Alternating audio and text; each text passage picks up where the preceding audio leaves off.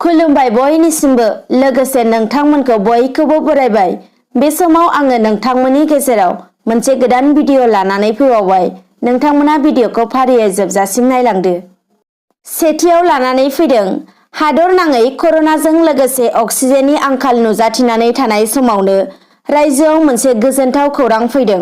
मोनथिनो मोननाय बायदिब्ला सानफ्रोमबो 50 मेट्रिक टन अक्सिजेन दिहुननो हानाय बाक्सा जिल्लानि सीमा सेराव थानाय भुटाननि सानद्रुप जंखाराव थानाय अक्सिजेन प्लान्टखौ हिमन्त बिश्व शर्मानि बिथोनजों नायगिदिंनो फैदों रायजो सभानि एमपि बिश्वजित दैमारी आरो मन्त्रि पियुष हाजरिका बिथांमोना। मख'नो गोनांदि थांनाय बोसोरावनो जागायजेननाय बे प्लान्टखौ हादर नाङै कर'ना भाइरासनि साग्लोबसारनायनि थाखायनो खामानि मावनायखौ बन्द लाखिथ'नो गोनां जादोंमोन। रायजो सभानि एमपि बिश्वजित दैमारीया बे प्लान्टखौ नायगिदिं फैनायनि उनाव फैगौ 40 सानसोनि गेजेरावनो भुटाननि बे अक्सिजेन प्लान्टआ आबुङै महर मोनसिगोन होननानै बुंथियो। लोगोसेनो बे अक्सिजेन प्लान्टआ आबुं महर मोनब्लानो सानसेयाव 50 मेट्रिक टन अक्सिजेन दिहुननो हानाय जागोन होननानै मिन्थिहोदों।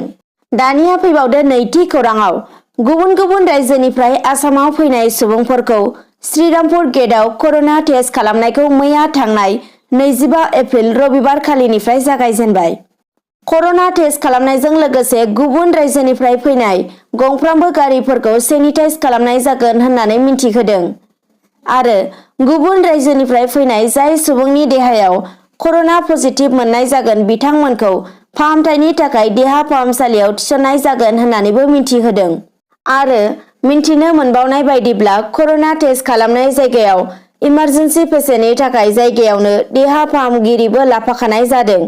लोगोसे एम्बुलेन्सनिबो राहा लानाय जादों होनना खुंथाय आरो सावस्रि बिफाननिफ्राय मिन्थिहोदों। थामथियाव बर'नि थुनलाइ फोथाराव बेसेन गोसा बिहोमा होबोनो हानाय सासे गेदेमा थुनलाइगिरि आरो बर'नि गेजेराव थांनाय 2005 मायथाइयाव गिबि साहित्य एकाडेमि बान्था मोननो हानाय आरो 2021आव हादरनि जौसिन थाखो माननि पद्मश्री बान्था मोननो हानाय डक्टर मंगलसिं हाज'वारिखौ कक्राझार जिल्ला दुलाराय बाथौ गौथुमनिफ्राय बरायनायजों लोगोसे मान बावदों। बर'नि जाखांफु थुनलाइगिरिफोरखौ बर' थुनलाइ फोथारखौ फुवारनो आरो थुनलाइ सोरजिनायाव गोख्रोङै बिफाव लानो खावलायदों पद्मश्री डक्टर मंगलसिं हाज'वारि बिथाङा।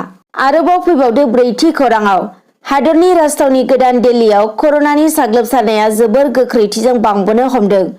बेखौ नोजोर होनानै गोदान दिल्लीयाव सप्ता मोनसेनि थाखाय फोसावना होबाय लकडाउन।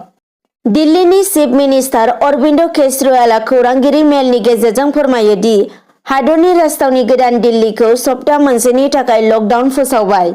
मख'नो गोनांदि हादरनि राजथावनि गोदान दिल्लीयाव कर'नानि अनगायैबो अक्सिजेननि आंखालाव माखासे बेरामिफोरा अबथिरायै जिउ फोजोबना लानो गोनां जादोंमोन।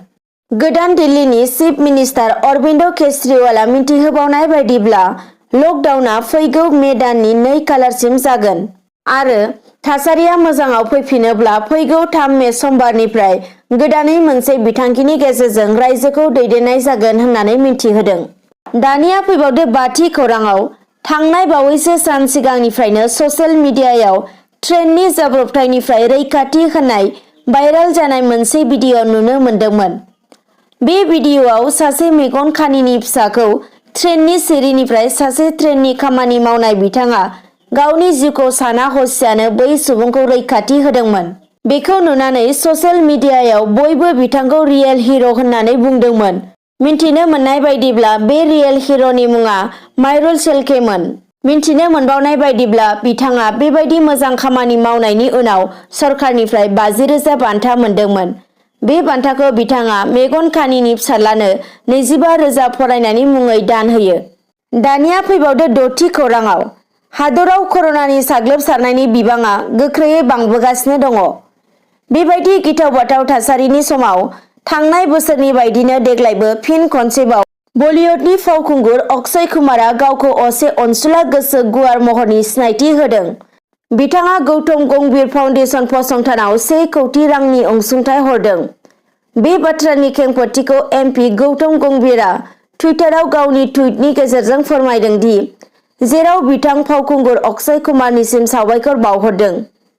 बे टुइटनि गेजेरजों गंभीरआ लिरबावदों दि बे समाव बिथांखौ मोनफ्रोमबो हेफाजाबनि हाथरखि होननानै आसा खालामनो हायो। लोगोसे बिथाङा लिरनानै फोरमायबावदों दि बे रांजों गोनांथि जानाय जामुं, अक्सिजेन आरो मुलि आरिनि बेबस्था खालामनाय जागोन होननानै। गुबुन फारसेथिं मोनथिनो मोनबावनाय बायदिब्ला भारतीय कंग्रेस दोलोनि बारग' आफादगिरि आरो ल'कसभा बियाबनि एमपि सनिया गान्धीआबो कभिडजों जुजिनांनाय सुबुंफोरनि थाखाय गावनि एमपि फान्डनिफ्राय 1.17 कौटि रां अनसुंथाइ होदों। एमपि सनिया गान्धीआ बे रांखौ रायबरेली जिल्लायाव कभिड-19जों जुजिनांनायाव बाहायनो थाखाय खावलायदों। मख'नो गोनांदि एमपि बिथाङा गावनि बे अनसुंथाइ रांखौ कभिडजों लोब्बा थानाय जायखिजाया मुवा बेसाद बायनो थाखाय खावलायदों। स्निथियाव थांनाय 24 एप्रिल अदेबानि सनिबारनि हरनि समाव गुवाहाटी नोगोरमानि बामुनि मैदामाव थानाय रेलवे कल'निनि सामफ्रामबोनि हाथाइसालियाव गिख्रंथावै अर खामदों। खौरां मोननाय बायदिब्ला हरनि समाव गिख्रंथाव अर खामनाय जाथायाव गोबां मैगं-थाइगं आरो गलाफोरा खामफालांदों। दिनैनि भिडिअ'आ बेखिनियानोसै। गोजोन्थों।